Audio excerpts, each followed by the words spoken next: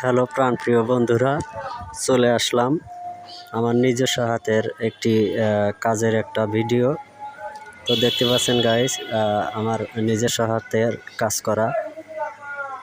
তো গাইস, ভিডিওটি কেমন হলো কমেন্ট বক্সে কমেন্ট করে জানিয়ে দিবে।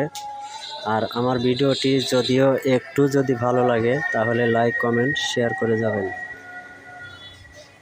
দেখে যাবেন শেষ পর্যন্ত ভিডিওটি।